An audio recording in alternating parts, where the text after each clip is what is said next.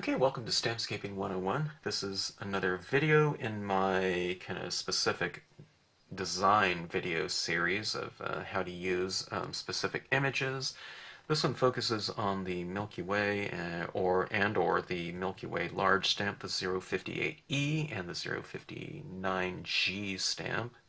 Okay, now I've used these in a lot of other videos in the past, but this one's just focusing specifically on this image in two different sizes here. They're used the same way.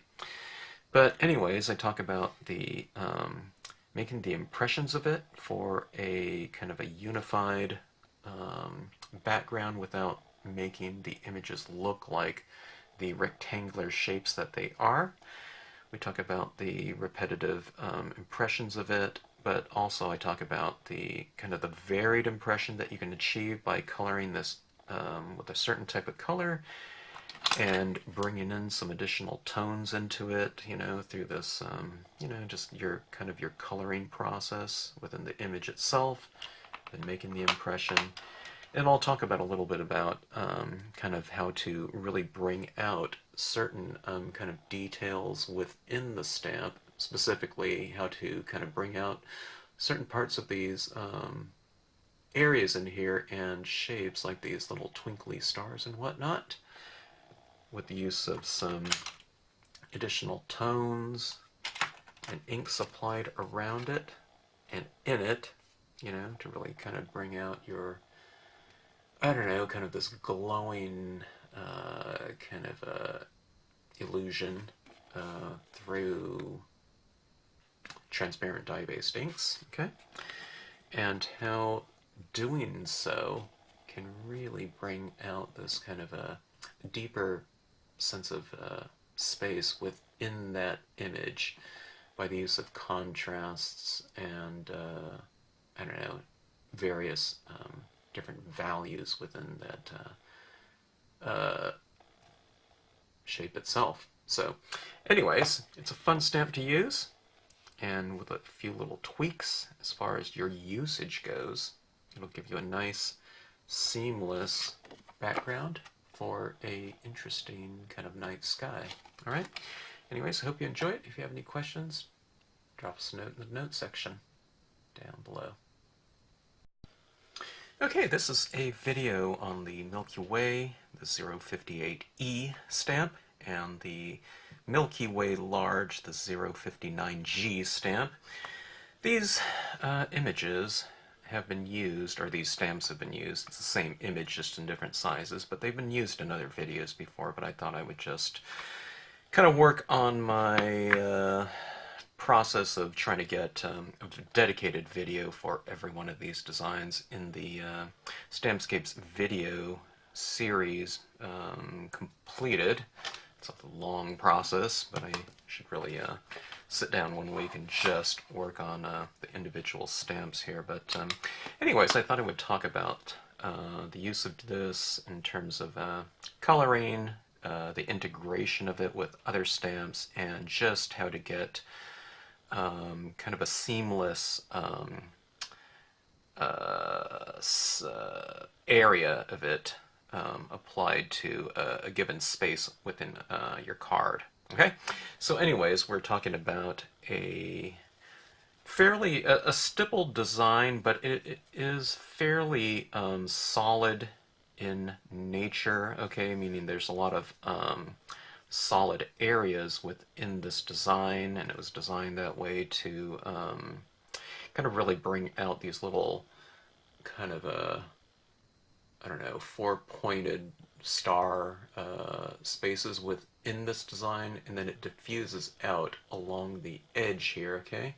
But that being said, with a couple tweaks of your technique as far as usage goes, you won't have this brick, in the sky when you stamp it out, okay?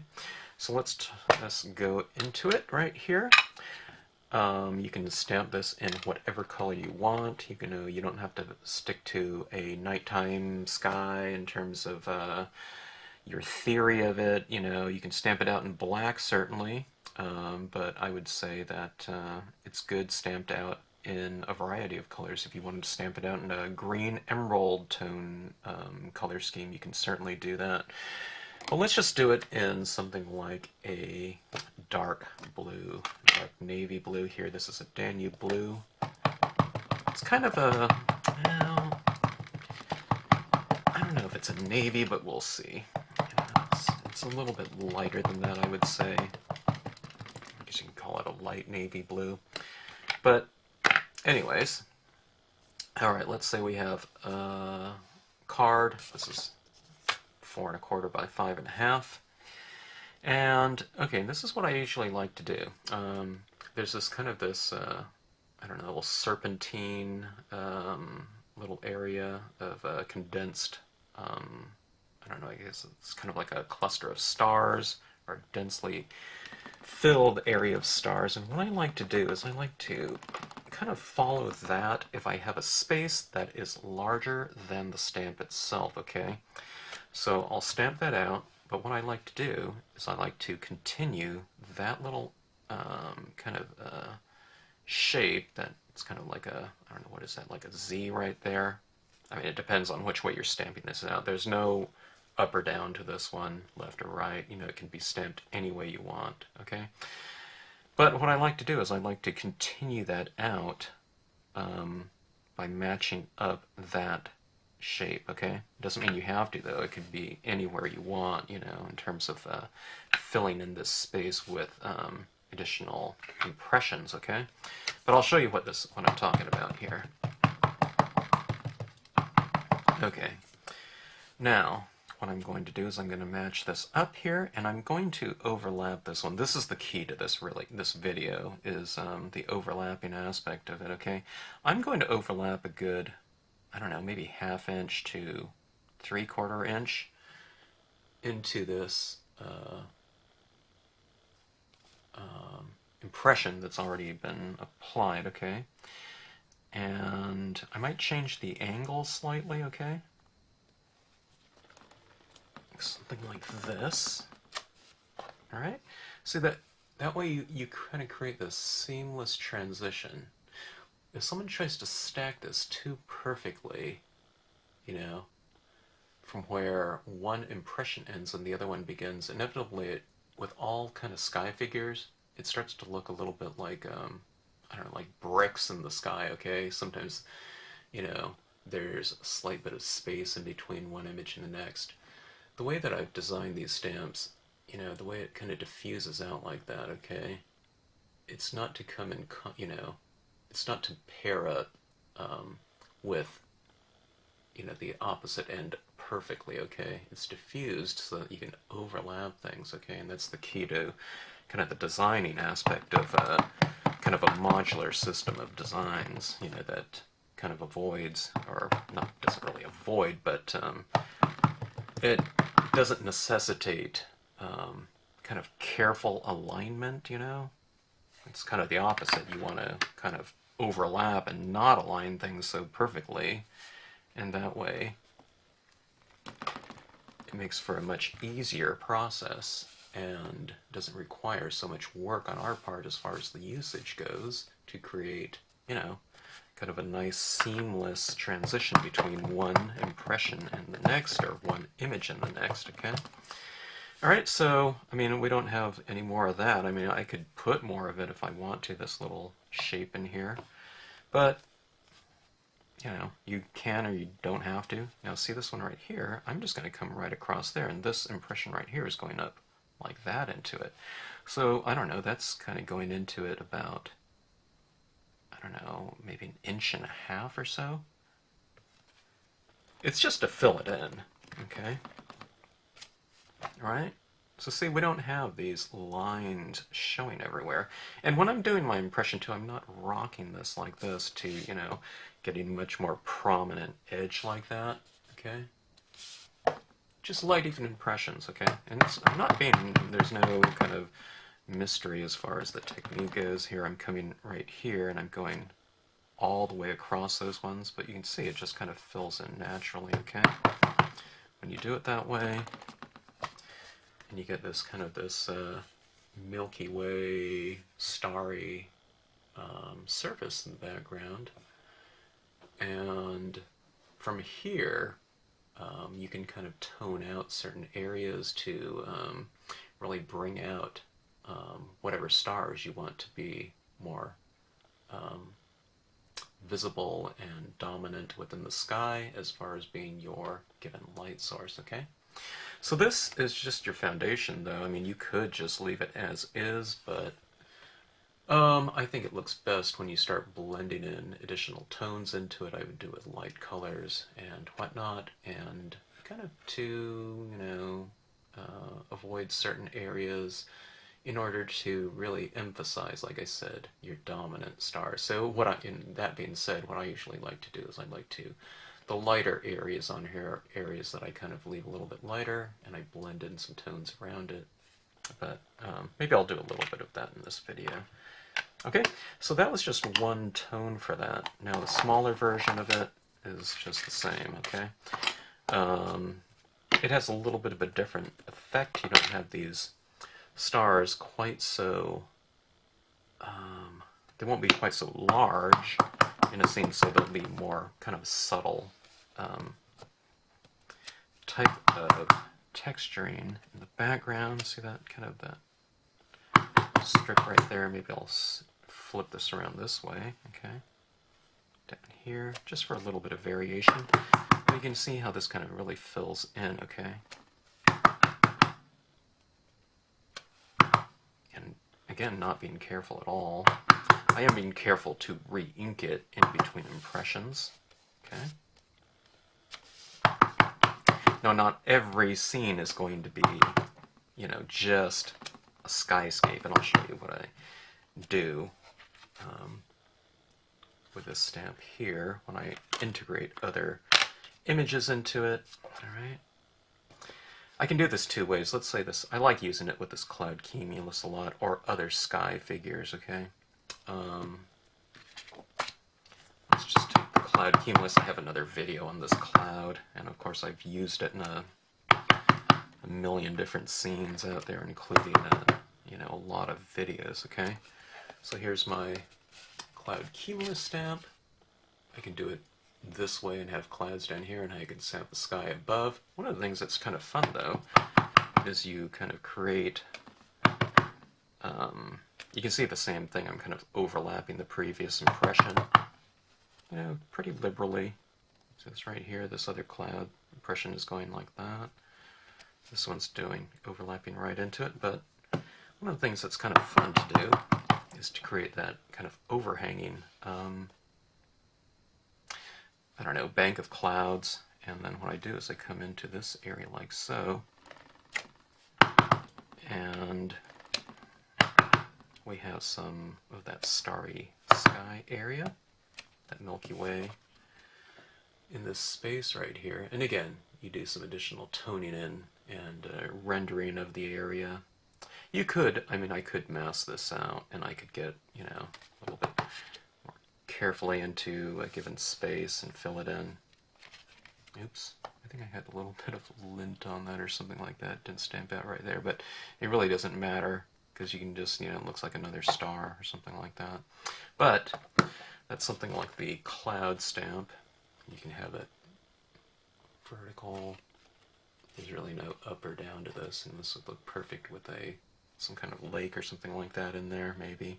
You can put it right in the middle. One of my favorite things to do is to create some kind of sky scene in a water's reflection, or lake's reflection, whatever. It could be ocean if you want to as well.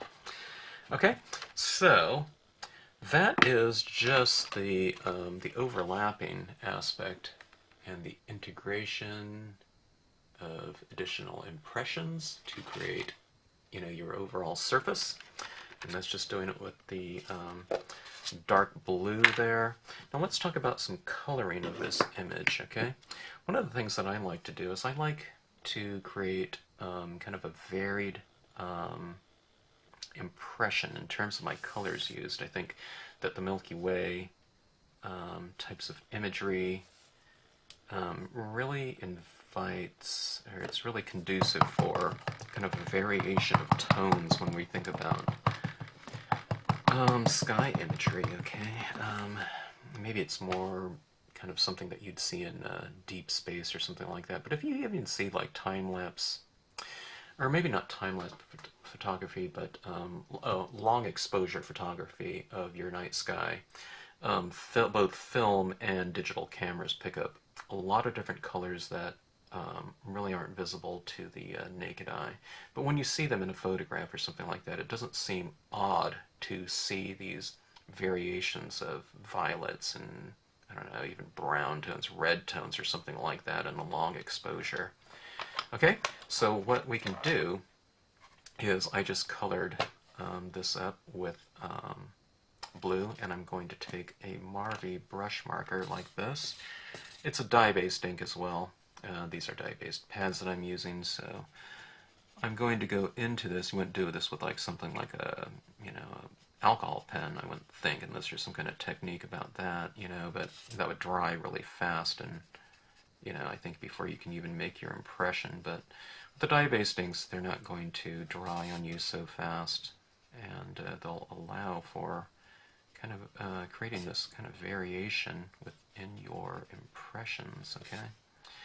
And you can use all kinds of different colors. Now, a lot of times people will say, the idea for kind of the blending of tones is to start with a light color and then work progressively darker so that you don't pollute, like your pens or something like that. I generally pollute my pens, okay? I'll get like this. This is a fairly new pen here. Not in terms of the purchase of it, but in terms of the usage of it. But see, then what I do is I just roll that color out like that. This pen is fairly dry too, because it's new, but it's, I don't know, it's probably 20 years old. I'll just reconstitute it by popping this open and adding more water, but I just scribble this around usually, and that color comes off just fine, and I won't have like a purple pen from now on. Alright, here's violet right here. Ooh, this one's really dry. You can see that right here, but let's see if I can get a little bit of variation. Now, the very nature of blending pink and blue, those first two colors, together is that those two will kind of mix to form a different type of violet. I don't know how much. Depends on how dry your pad is with the blue, how wet your pen is with the pink, and so on and so forth, okay? But we have, I don't know, what is that, 3 different tones on here. Hopefully it gives me a nice variation of those colors. Right? Get a nice impression of it. Okay. Those pens are a little bit dry, so I'm kind of unsure of what it's going to look like, and I'm always kind of unsure of what any of those types of blends will look like because of the variations that will occur with the amount of ink that's used from each different hue. Okay, so we have something like this. I don't see too much of the pink though, do I? Not any pure pink on there, but you can see some variations. There's a little bit more pink right down there and up here.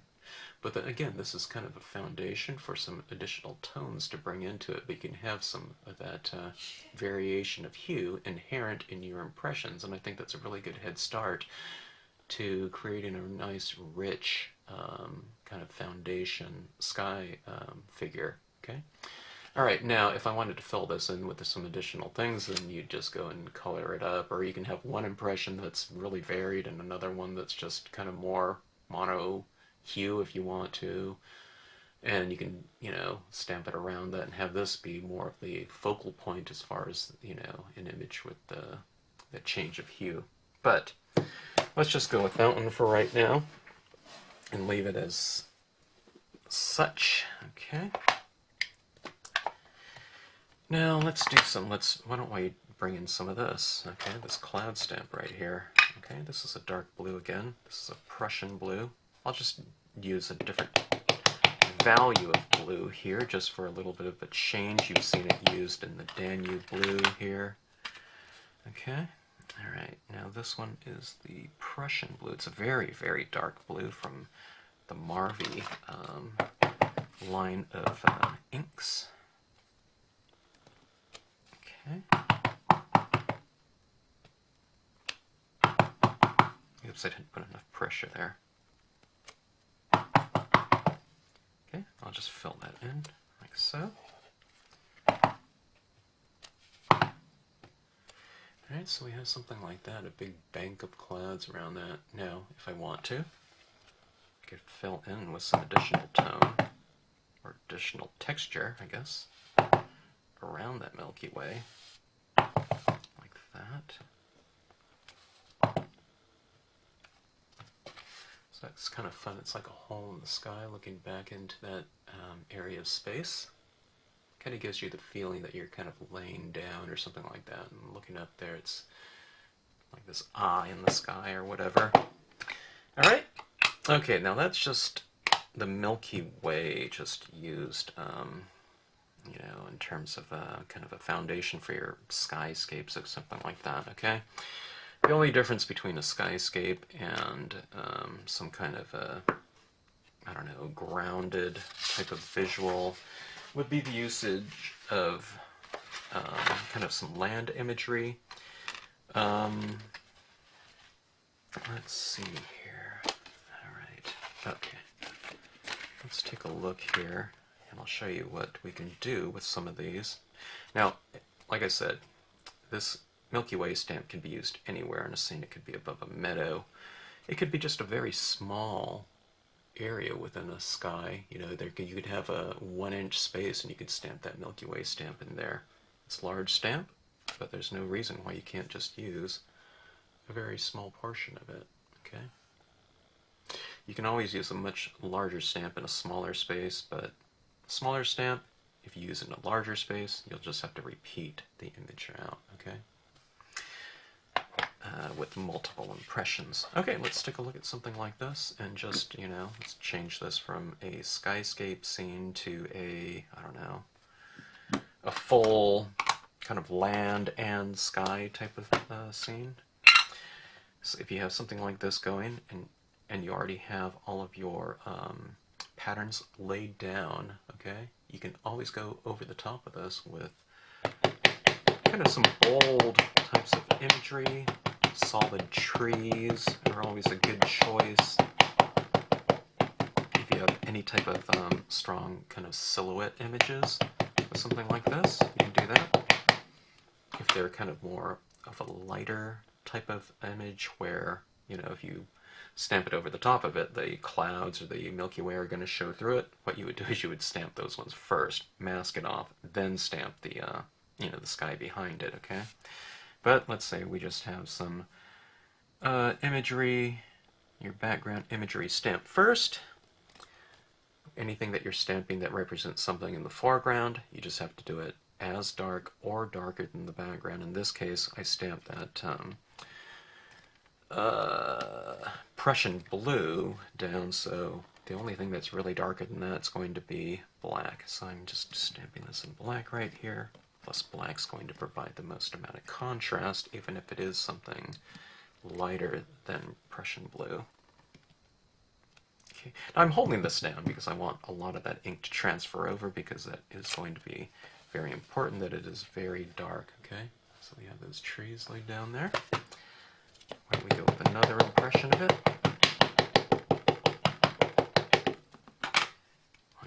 This. I'm kind of tilting it, you know, like that, and then I'll tilt this one a little bit this way. It just kind of gives it a little bit of that angled kind of perspective, you know, single point perspective moving off into the distance. And it kind of gives you this idea of kind of the vantage point of, you know, someone much lower looking up, okay? I don't always do that, you know, on this one I thought it'd be kind of neat. Okay, let's go for another. I'm just stamping this one down so it's not so kind of, I don't know, symmetrical or balanced. You know, I want a little bit of imbalance here, so I stamp this one down here. But here's a really good foundation for a nice scene, and I think it would be great to be colored in a little bit. In fact, I'm itching to color that one in right now. Alright, let's take a look at something again. Let's take a look at this one right here. Alright. We have that 3 impressions of that Milky Way. That one's a smaller version of it. And we have this kind of corridor, or these columns of clouds. If it's like this, it's more of these rows of clouds from top and bottom. If we do it vertically, they're columns of clouds, and that can make for a nice dramatic kind of a foundation for a scene. I don't know, you know, to me, I don't know, our figures, you know, like this. I'm going to stamp this Lakeside Cove, stamp right here in black ink. They're kind of the stars of the scene, you know, in terms of, you know, kind of creating the setting, your landscaped images, okay? But I do think it's the sky that really kind of sets the tone or the mood of a scene, okay? It's the sky figures often represent the sources of light within a scene, so, and I think the lighting kind of, it's the mood creator, okay? You know, if you're out on a midnight stroll at the beach with all the stars are out, you know what I mean? It's the setting that's really nice, but you know, it's those stars that really set the mood. You can be at the mood, you know, the beach at noon, and that's a different mood, right? You know, at high noon, you know, in full light, whatever. There's sunset at the beach or sunset in the desert, you know. That's going to have a different feel than high noon, okay? It could be beautiful, you know, in both, you know, times, but it's certainly going to be different, okay? It's because that lighting is different. Okay, so we have something like this that's kind of creating I don't know, an interesting setting between kind of sky and the reflection of it down below. Okay. And I don't know, something like this. Let's take a look at this one right here. And I didn't pull out a ton of these other stamps right here, but let's just go with the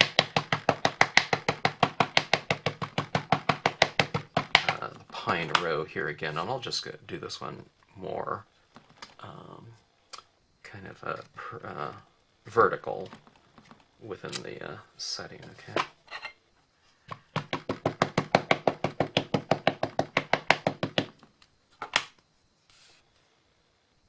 Let's just go like that again. I'll do a cluster on one side of the composition. So this right here, and I'll just leave that as is, like that. Okay, so what we have here is, I don't know, this is a perfect setting. You can put something over here. This would be perfect to stamp like a quote stamp out or something like that, and to cut it out and, you know, kind of frame it or something like that. Something like, put it out here, whatnot. That's the perfect opportunity for something of that sort. All right, now, I wasn't really going to do this, but let me just show you some different effects that we can do in our Milky Way as far as kind of finishing it off and to really, I don't know, kind of bring it into its full, I don't know, I guess it'd be its full, I don't know,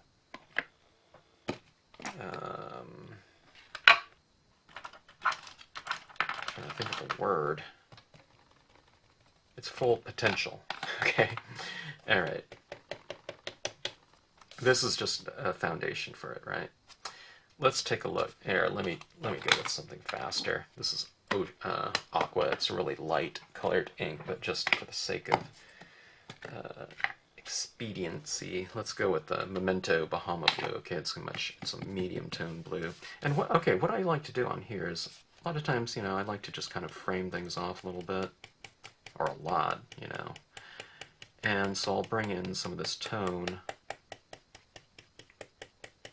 around the edges. If you're stamping out this Milky Way on like a matte piece of paper, you can certainly do something like this. You can bring in some additional tones around it with chalks or colored pencils or pastels, that type of thing.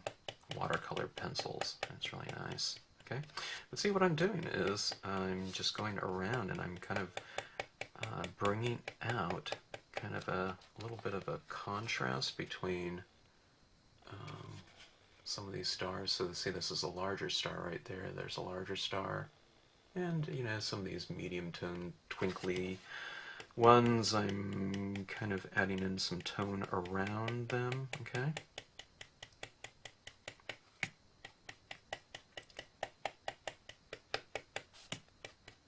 And that, by contrast, makes them what we used to call in illustration pop, you know. If you put that color next to that one, it makes it pop, you know. And then it just makes it kind of stand out. What we're doing is we're creating kind of this contrast and value, okay? You can do all kinds of contrast. You can, I don't know, you can make some of these stars warm, you know, with a little bit of a warm tone around in it, and then you kind of created a temperature contrast, you know, so there's all kinds of things you can do to kind of enhance, I think, your foundation composition and imagery, okay? And of course, something like these little starry textures in here are perfect opportunities for gel pen enhancement, okay? You can see I'm kind of eradicating some of these little stars in here. Well, I don't know about eradicating, but I'm darkening in a lot of them, you know, for the benefit of the lighter ones that kind of pop out at us, okay? Like this, okay? But I'll show you what I mean by the gel pens here in a minute. Okay, let's go back to the Danube blue. That was the color that I stamped that out in, okay? And just going back in here and adding in some additional tone, like so. Okay, see it's a little bit darker on the edges, and the darker you make the edges, in this case, the lighter, by contrast, the lighter areas are going to seem. So this one right here is okay, but look at this kind of, it's kind of creating this glow in here by having these darker tones in this one right here. And I like to work through, even though I might get, you know, eventually get to a fairly dark blue on this one, having those undertones of those lighter values are the thing that really kind of make the end result look a little bit deeper and richer in terms of, in this case, dye-based inks. Because dye-based inks are transparent, so the colors underneath are always going to be carry some influence, you know, with the end result. Okay, so here's just two colors used on here, and you can see, you know, what you know, the difference would be. Okay, between these two right here. This one's a little bit more, I don't know, glowing and rich. Okay, now that being said, what I was talking about, I would take this darker, but you know, the point of this video isn't you know, for a fully realized scene or something like that, just to give you kind of some of the basic foundational techniques using the stamp.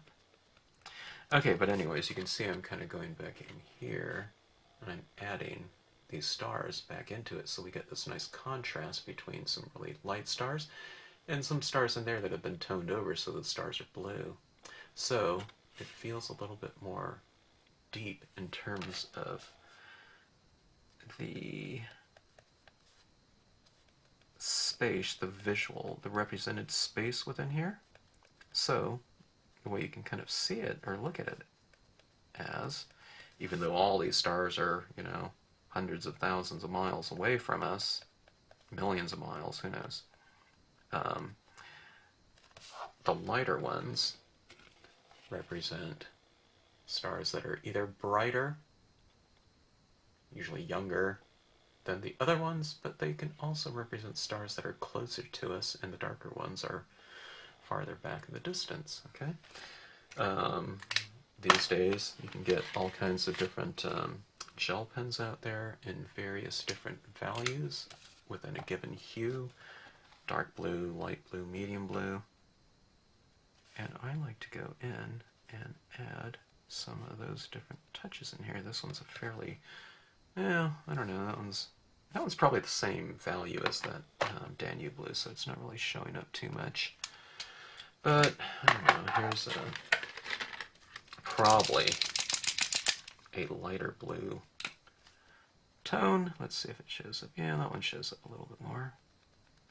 Now I did a video, you can look at our website or the video channel. I have this one video, I think I called it Space Confetti or something like that. I used all kinds of different colors, you know, for stars within the sky, and it was done with this technique right here. But anyways, we have these little light blue dots with the Sharpie paint pen, okay, in there, and you can see this little white one. So we get this kind of idea of deeper space, and that's where I think this, you know, this Milky Way stamp really kind of fulfills its potential as far as, you know, kind of a nice, varied and deep space image. You know, it can be in that situation. Okay, let's use a little bit of, let's change our tone a little bit. Let's try a little bit of this tone. Any kind of a pink or something like a pale pink would look really good. But let's try some of this. Okay, let's just vary some of the hue. Okay, I know this is going with orchid, okay. But where I go with some of the orchid into white, it reads just as orchid, but where I overlap it against some of the blues, it's forming some sort of, you know, fusion. It's not physically mixing, it's just kind of overlapping that area. But being that it's a transparent color, as far as dye-based inks go, it looks like some sort of violet, or a, you know, variations of violet. Okay, orchid isn't self-violet, but now let's just kind of put it. I don't put it everywhere. I like to kind of have that nice variation happening.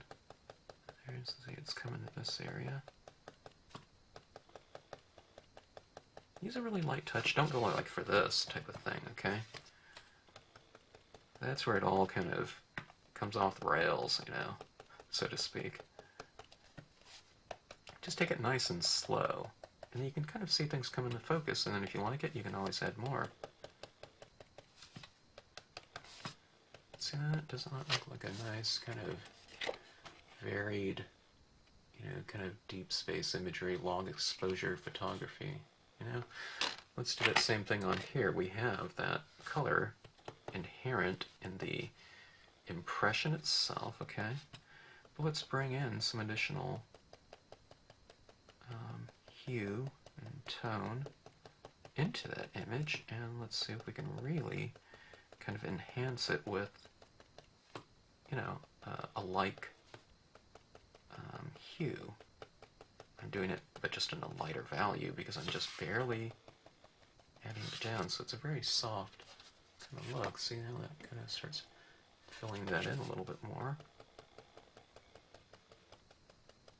Okay. I like to use some of this in my reflected light sometimes, okay? So I'll put a little bit on my clouds. I like the clouds to remain nice and light though, so I won't do it over all of them. But see, there's kind of this nice soft violet light reflecting off of our clouds in here. I can put a little touch of that in here, like so. See a little kind of glowing little, I don't know, color scheme that's kind of developing in here. And then, let's go back to our clouds. And let's see, let's take some of this Memento Summer Sky. There's, I don't know, I have that Bahama blue on here. Oh, it's a little bit much. Let me take some of it off here. Okay. Let's go with some of this light blue, and let's try to apply some of this to these clouds here. And I know this isn't a cloud video, but you'll see that just by adding some of this to the clouds, but kind of retaining some of it, it is kind of going in. And when we do this, okay, I feel that these are the types of things that are enhancing that Milky Way by not applying something to the Milky Way. You can really bring out that type of image just by toning out some of the surrounding area, okay? And by contrast, that looks lighter and lighter, okay? Now that Milky Way itself was stamped out in, I think it was the Bahama blue and, you know, some additional tone using the pens. So let's go into this Milky Way again with some additional blue. Okay. Okay. Something like that. Actually, it wasn't the Bahama blue that I said. It was the Danube blue. Sorry. But let's do this. Let's try a lighter tone of blue. It's a little bit brighter blue too. Okay. Let's use some of this in these clouds. And we'll do it in here on the Milky Way.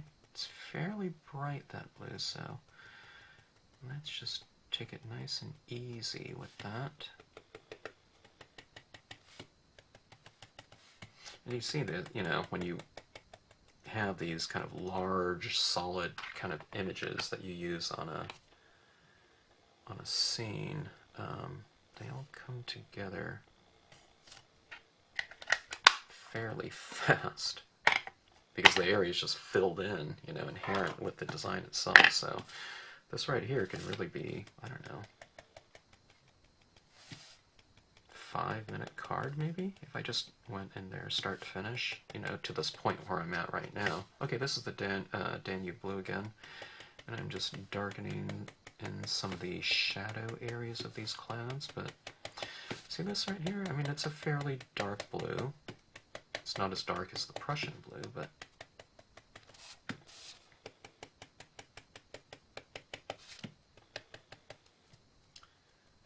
fairly dark in comparison to the other tones that I've used so far. But it's a good thing that I didn't jump right into this dark blue, because I wouldn't have that kind of that colored glow that we're now achieving with the use of layers of transparent inks. Okay. Let's go ahead and use some of that Prussian blue. It's very dark, so use it kind of sparingly.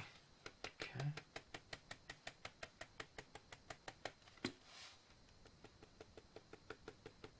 I use it around my parameters, like that. Look how this kind of darker edge is really making this area pop. Now it's really becoming kind of the source of light. Is you know, Milky Way in your sky kind of your source of light? Well, maybe on a new moon, you know, when there's kind of an absence of any moon or something like that. But in the case of, you know, two-dimensional reflected light imagery, where you know, we're not using actual little LED lights or something like that within our scene, we're just kind of creating the illusion of light. If you want those stars to kind of stand out a little bit brighter, then you have to take your areas, some area in your scene, and make it a little bit darker, and that's where I like to. I'm using black right now, and kind of creating this little vignette around the edge of my scene. Okay.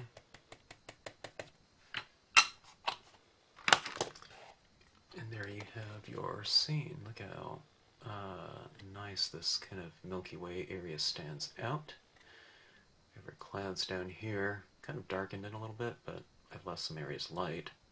If you watched my video on scenic lighting, then you can see, you know, where I've oscillated my use of darks and lights. It goes dark, light, dark, light, dark, light, dark, light, dark. You know what I mean? And it really doesn't matter where you do that. It's just as long as you have some kind of oscillation like that, it'll look fine. And for me, it makes an easy process, make me look like I really know what I'm doing.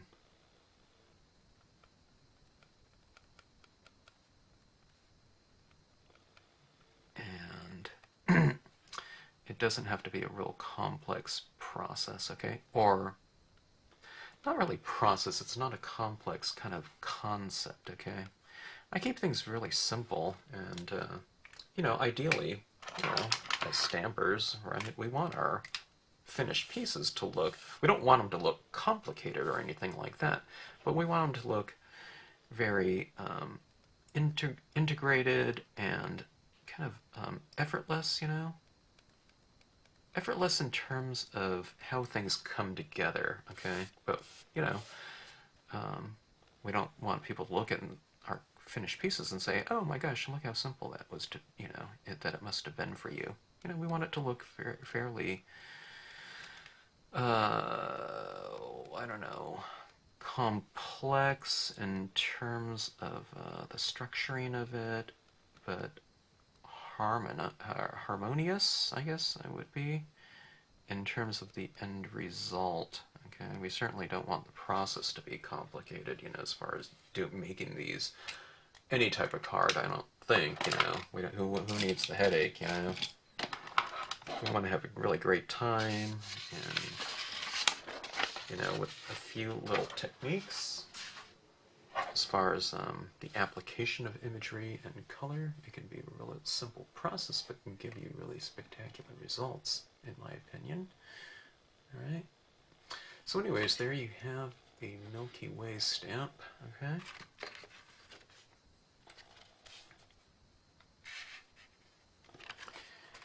And, alright, that is the basics of it right there.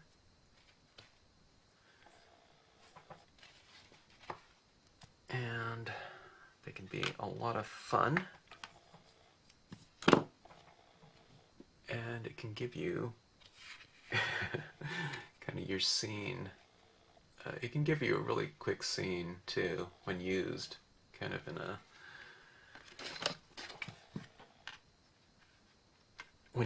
kind of as a kind of a dominant feature within a certain background, just because you can fill in so much area so fast with it. Okay, anyways, I hope that helps you out if you have that Milky Way stamp, or if you're curious about how to use it. Thanks for watching.